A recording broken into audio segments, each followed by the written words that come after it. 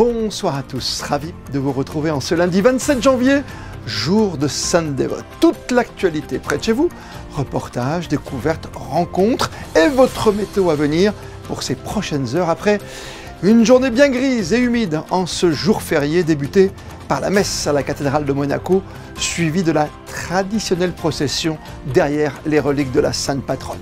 Présidé cette année par le secrétaire du Saint-Siège pour les relations avec les États et les organisations internationales, Monseigneur Paul Richard Gallagher sera notre invité dès le début de ce journal, où en matière d'économie ensuite, nous évoquerons l'arrivée d'une toute nouvelle application détectable pour gourmets et restaurateurs, un subtil partage d'expériences. Et puis enfin, nous nous intéresserons à la suite des réunions du jury des nouveaux talents propres à intégrer l'incubateur Monaco Tech. Le vent a joué des tours hier en fin de soirée au-dessus de la Principauté, provoquant l'annulation du spectacle de drone prévu à l'origine dans la foulée de l'embrasement, comme chaque 27 janvier, de la barque posée sur des rameaux d'olivier et déclenchée flambeau à la main de circonstance par la famille princière et qui a bien eu lieu sur le port de Monaco après la cérémonie du salut du Très Saint Sacrement par l'archevêque de Monaco, Monseigneur David, à l'église Sainte-Dévote. Et ce matin s'est déroulée en la cathédrale de Monaco la messe pontificale présidée par Monseigneur Paul Richard Gallagher, secrétaire du Saint-Siège pour les relations avec les États et les organisations internationales, suivie de la traditionnelle procession et la présentation des reliques de la Sainte Patronne de la Principauté. Monseigneur Gallagher est notre invité ce soir sur Monaco Info. Bonsoir à vous. Bonsoir monsieur. Merci d'être avec nous à Monaco, qui est un pays où vous avez senti la ferveur de notre peuple aujourd'hui, cette ferveur catholique aussi. J'avais dit dans la sacristie après la messe, j'ai bien compris que le Monégasque aime les grandes messes, et nous avons fait. La messe, la procession, Sainte Dévote, cette barque qui brûle, il y a beaucoup de symboles. Hein? Oui, beaucoup de symboles, beaucoup de participation, et comme vous dites, beaucoup d'enthousiasme. C'est bien, c'est merveilleux. C'est merveilleux. Qu'est-ce qu'on retient finalement de ce début d'année? C'est que c'est une année jubilaire qui vient de débuter, qui a commencé à Rome, on le sait, juste après les fêtes du 25 décembre, là-bas au Vatican. Oui, a commencé la nuit du 24 décembre avec l'ouverture de la Porte Sainte avec le Saint-Père François. Et c'est continué. Déjà, en les premières 2 semaines, on passait pour la Porte Sainte, ils disent 500 000 pèlerins et touristes. C'était une messe jubilaire aujourd'hui, quelque part. Une messe jubilaire, ouais. On célèbre toutes les messes sont dans le cadre de jubilé maintenant dans l'Église catholique. C'est une dimension de toutes choses. On tente de célébrer, de faire participer tous les fidèles et les autres, les hommes et les femmes de bonne volonté. Parce que c'est un moment quand c'est pas seulement l'Église qui a besoin, les catholiques qui ont besoin d'un jubilé. C'est tout le monde dans ce moment de conflits et de difficultés un peu partout, quand tous les hommes et les femmes sont préoccupés pour leur chair, leur famille. Alors nous cherchons, et le pape François voudrait cette jubilé pour tout le monde. Ouais, avec aujourd'hui, en la cathédrale de Monaco, même une musique particulière qui avait été créée pour l'occasion. Oui, il y avait une très belle messe. Un très jeune compositeur qui a mélangé un peu les choses traditionnelles avec des nouveautés. Et c'était magnifique dans la cathédrale, avec un magnifique choral, un très bon orchestre. Et aussi, l'organiste avait joué très bien aussi ce matin. Tout à fait très content d'avoir l'honneur de participer ce matin. Vous avez présidé évidemment toutes ces messes et vous êtes, on le rappelle encore une fois, le secrétaire pour les relations avec les États. Vous avez parcouru le monde entier.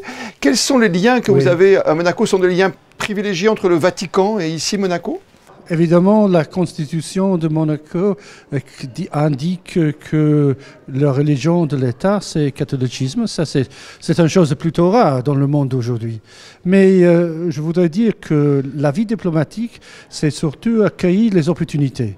Alors, quand j'ai reçu l'invitation du prince et aussi de l'archevêque vénécois, j'accueillis immédiatement parce que ça me donne la possibilité de connaître aussi la réalité ici, pas seulement de l'Église, mais de la société, et de voir un petit, on peut dire, vision de votre vie de l'histoire de cette principauté et de voir qu'il y a une très bonne volonté de promouvoir une société au service de tous. Au service de tous, c'est avec tout le monde, on a vu autour de la famille princière de tous les âges. L'espoir, l'espérance, pour vous, c'est d'entretenir la foi avec cette jeunesse notamment? Oui, oui, oui. C'est exactement. Cette année jubilée, ce titre, le pèlerin d'espérance, et surtout, quand on voit dans le monde d'aujourd'hui tous les conflits, les guerres, les difficultés, nous souffrons surtout pour nos jeunes générations qui ont besoin d'espérance pour avancer, pour établir leurs relations, de fonder leur famille, d'avoir un travail valable. Et c'est particulièrement pertinent pour les jeunes. Et ne jamais oublier non plus l'histoire, hein, bien sûr, que ce soit aujourd'hui, en plus avec la célébration des 80 ans de la libération d'un des plus grands camps, en tout cas, évidemment, pendant la guerre à Auschwitz, et puis toutes ces guerres, tous ces conflits aujourd'hui, où il faut que les enfants, que les jeunes comprennent qu'il ne faut plus que jamais ça arrive. Oui, oui, non, nous avons tous besoin d'être rassurés qu'on peut trouver les solutions au conflit, on peut chercher la paix, un paix juste, un paix durable pour ces peuples, ces pays en conflit. Et ça, c'est le message du Saint-Siège, du Saint-Père, et surtout, c'est aussi le message de notre Seigneur Jésus-Christ. Une belle année jubilaire, c'est ce qu'on vous souhaite en tout cas, puisqu'il est toujours temps de s'offrir les meilleurs vœux. Marchez humblement avec Dieu, comme le veut également cette devise épiscopale. Merci, bonne journée, Monseigneur. Merci beaucoup.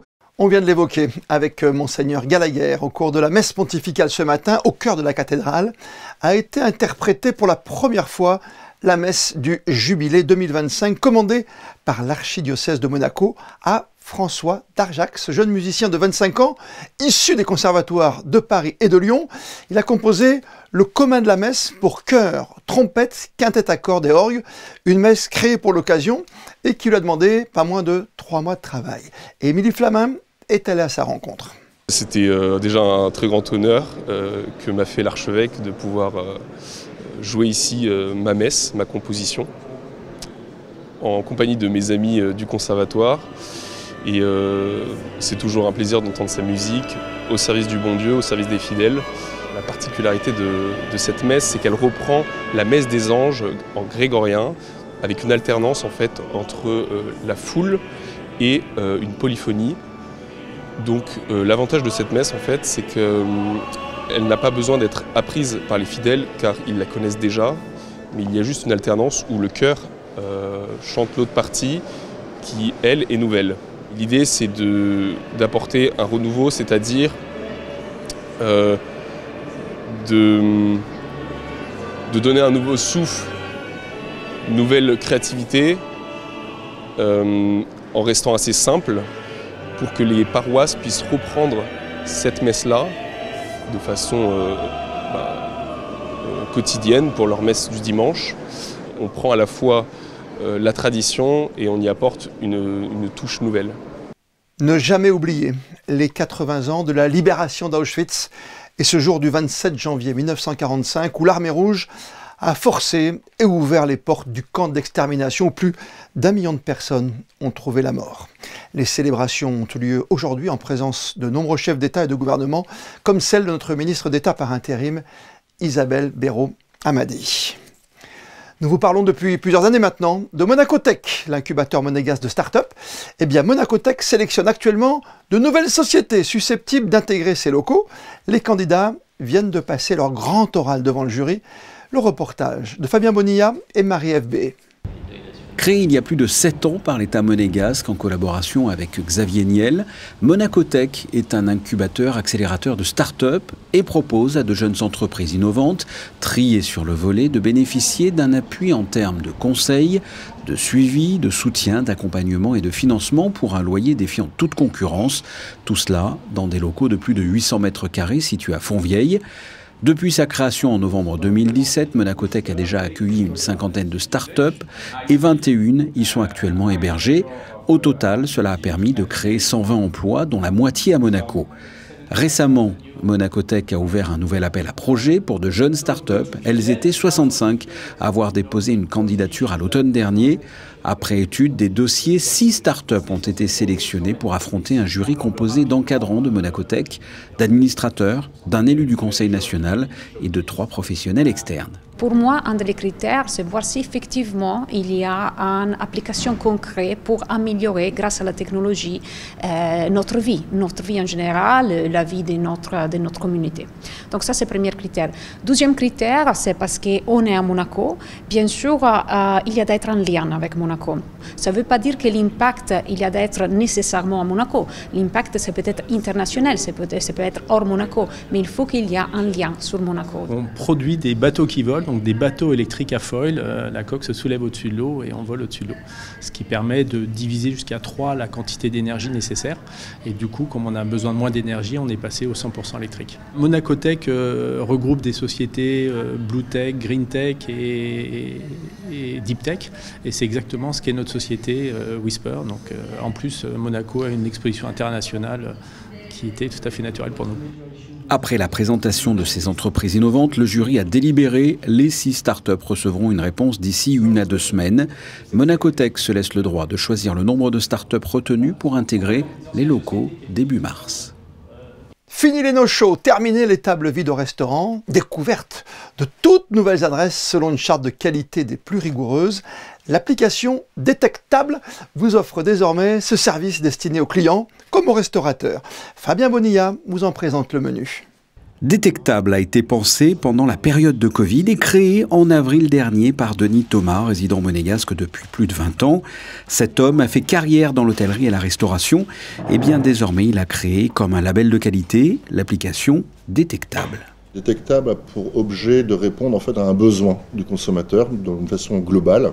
Il faut savoir qu'aujourd'hui, 90% des personnes en fait regardent leur téléphone pour trouver un restaurant. L'idée de Détectable, en fait, c'est de faire la rencontre de 2 communautés. Donc, on a créé une communauté de restaurateurs. Donc, on a le plaisir d'avoir déjà des restaurateurs qui se sont inscrits à notre application à Monaco et dans la région. Et en parallèle, on a des consommateurs qui sont maintenant, qu'on appelle nous des membres, parce qu'on est Club des Gourmets Connectés. Et l'idée, c'est de leur offrir une facilité dans les restaurants et leur offrir des avantages. Et pour le restaurateur, lui, il est très content puisqu'il a une clientèle qui est ciblée, qui est locale, qui travaille à l'année. Et donc, c'est pour ça que tout le monde est finalement assez positif sur ce qu'on a mis en place.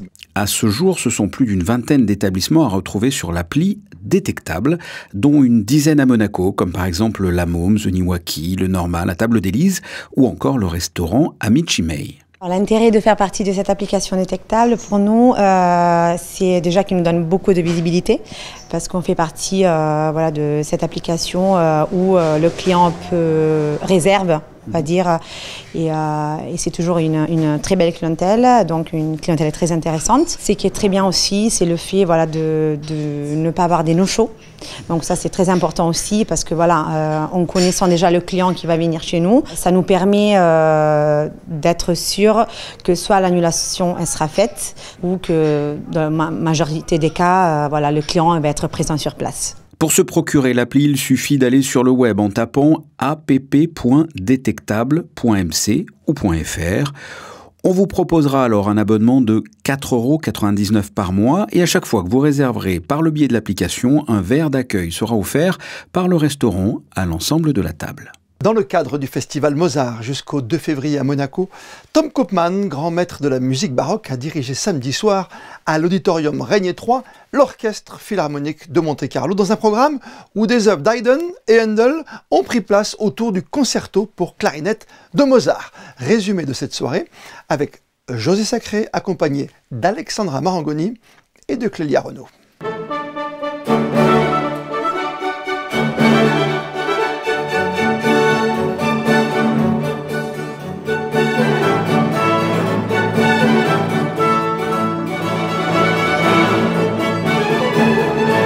Les amateurs de musique baroque étaient aux anges dimanche 25 janvier à l'auditorium Régnier 3. En effet, Tom Koopman, un grand maître de la musique baroque, a dirigé l'Orchestre Philharmonique de Monte-Carlo dans 3 œuvres. D'abord, la célèbre musique pour les feux d'artifice royaux de Georg Friedrich Handel.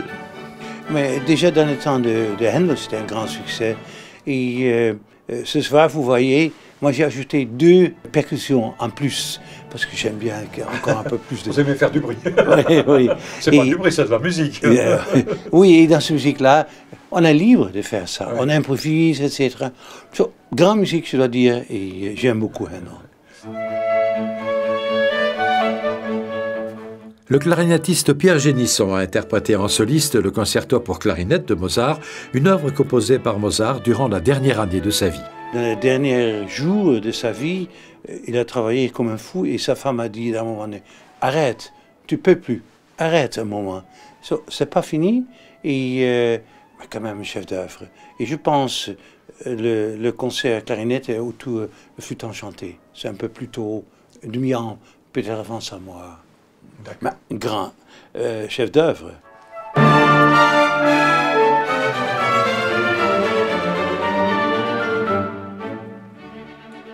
Dernière œuvre au programme, la symphonie numéro 100, dite militaire, de Joseph Haydn. C'est une musique vraiment pour s'amuser, pour danser, pour manger bien et toutes les autres choses. Voilà. Vive la vie avec la musique baroque. Yeah. Et comme chaque lundi, plaisir de retrouver Christinda Petit-Hommel dans les rues de la Principauté avec ceux qui font Monaco. Bonsoir à vous Christinda. Oui, aujourd'hui nous avons rendez-vous au 3 avenue Princesse Alice chez For Pets Only. Ici tout est proposé pour vos petites boules de poils. Alors comment toute cette histoire est née? La réponse tout de suite avec la maîtresse des lieux.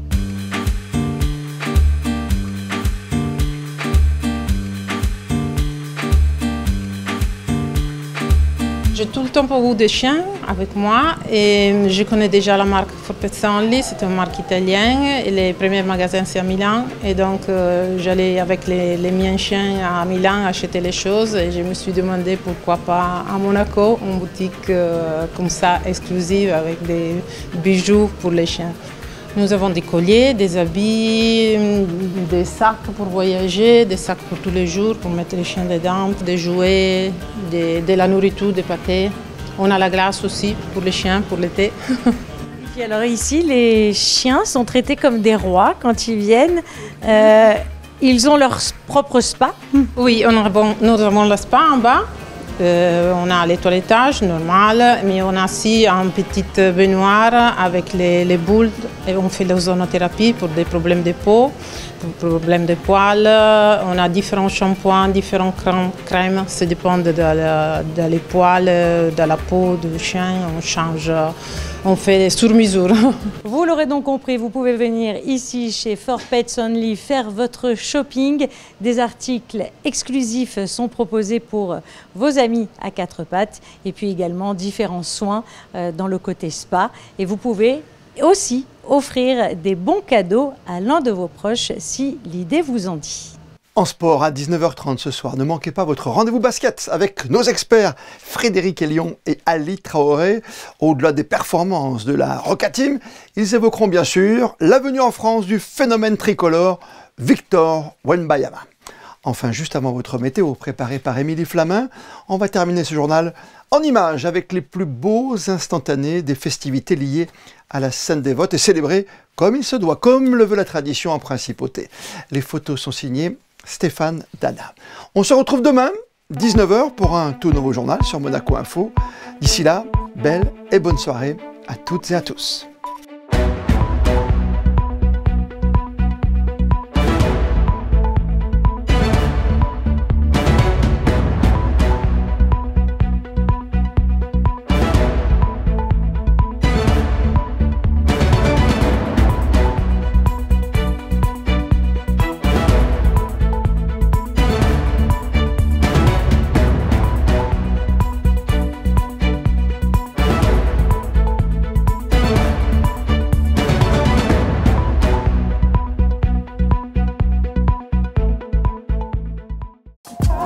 Retrouvez la météo avec Maya Bay, le restaurant référence thaï japonais de Monaco.